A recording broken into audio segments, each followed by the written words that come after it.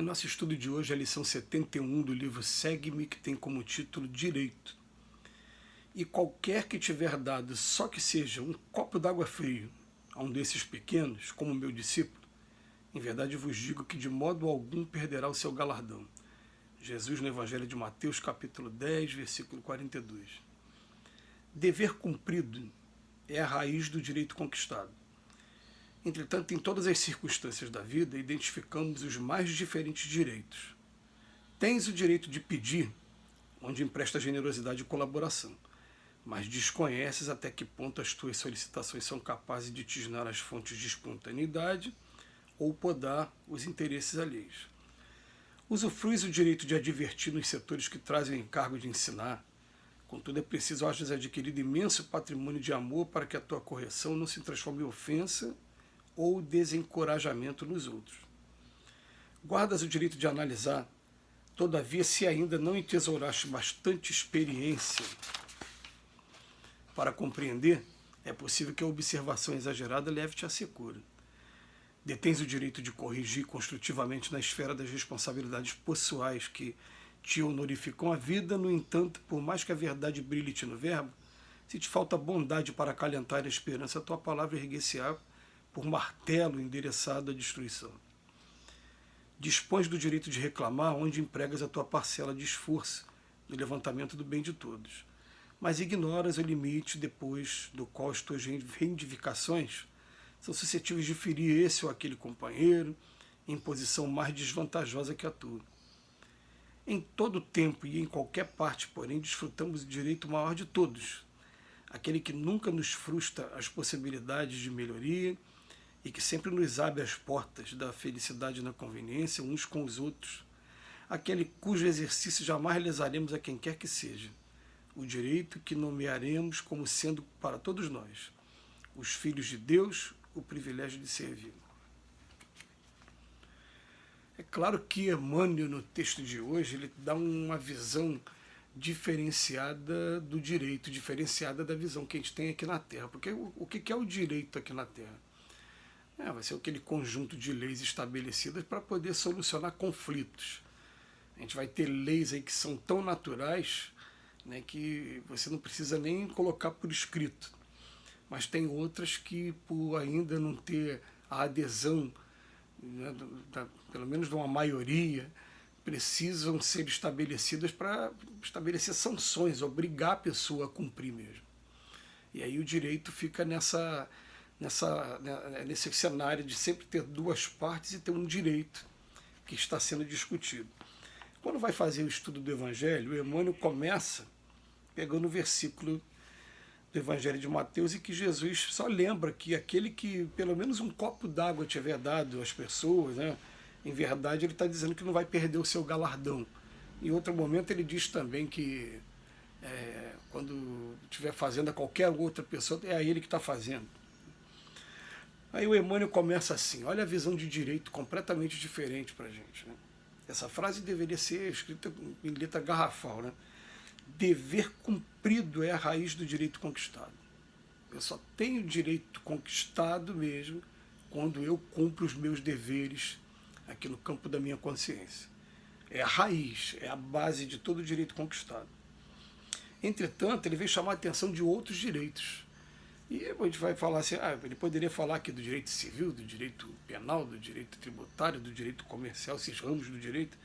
Não, mas ele vem falar assim, olha, você tem até o direito de pedir, aonde você empresta generosidade e colaboração. Tudo bem, mas você sabe até que ponto você não vai estar ali mitigando ali as fontes de espontaneidade. A pessoa vai fazer aquilo de boa vontade ou não vai? Aliás, você vê que o conceito é completamente diferente da prática. Né? O conceito de direito para o Evangelho é completamente diferente do direito nosso, porque quando a gente entra na justiça contra alguém, a gente está querendo forçar aquela pessoa a cumprir mesmo.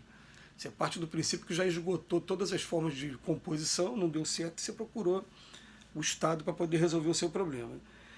Ou então interesses alheios também. Então eu vou pedir, mas o meu pedido pode estar contrário ao interesse de alguém, ou pode estar até ali mexendo um pouco com a fonte de espontaneidade. A pessoa não vai estar fazendo de forma tão espontânea assim. Quando chega no segundo direito, ele vem falar assim, você tem até o direito de advertir, né, a pessoa quando você tem o encargo de ensinar. Mas toma muito cuidado para que a tua correção não se transforme em ofensa ou desencorajamento. Aí, isso aqui, experiência pessoal. Eu já tive assistindo palestras assim, com um palestrante que falou do meu defeito de uma maneira tão dura que a primeira coisa que eu fiz foi a primeira reação. Eu queria sair daquela reunião.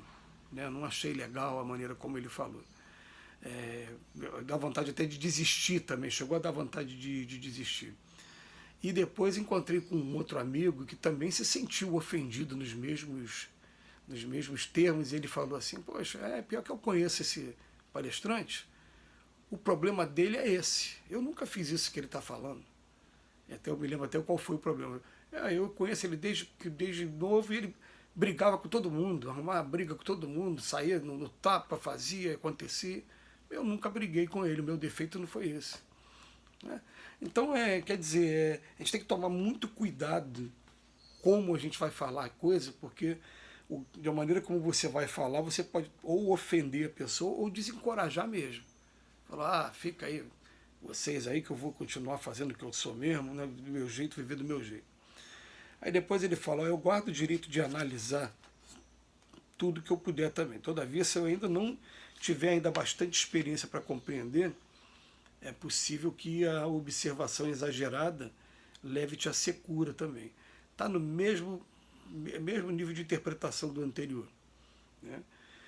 Mais um, eu tenho o direito de corrigir construtivamente, tudo bem, mas eu tenho que tomar cuidado, porque por mais que a verdade brilhe aqui no meu verbo, se faltar bondade para trazer esperança para a pessoa, a palavra vai ser martelo endereçado à destruição.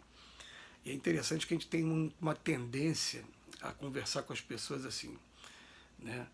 Ué, você não consegue ainda fazer determinada coisa? Não, mas como eu sou o senhor ainda, eu já sou o senhor desse assunto, eu falo de uma maneira de desprezo com a pessoa, quando na verdade a dificuldade da pessoa é aquela. E toda dificuldade tem que ser muito respeitada. Você não consegue ainda ter disciplina com a alimentação? É fácil, pô. Come assim, como se, gente, se fosse fácil, não tinha tanta gente tentando. É fácil para você, porque você já conseguiu adquirir essa disciplina. Mas, por exemplo, eu aqui no meu caso, eu tenho outras disciplinas adquiridas que de repente você não conseguiu ainda. Então a gente tem que tomar muito cuidado com a maneira como a gente fala, porque a gente já conquistou alguns patrimônios que a pessoa ainda não conquistou.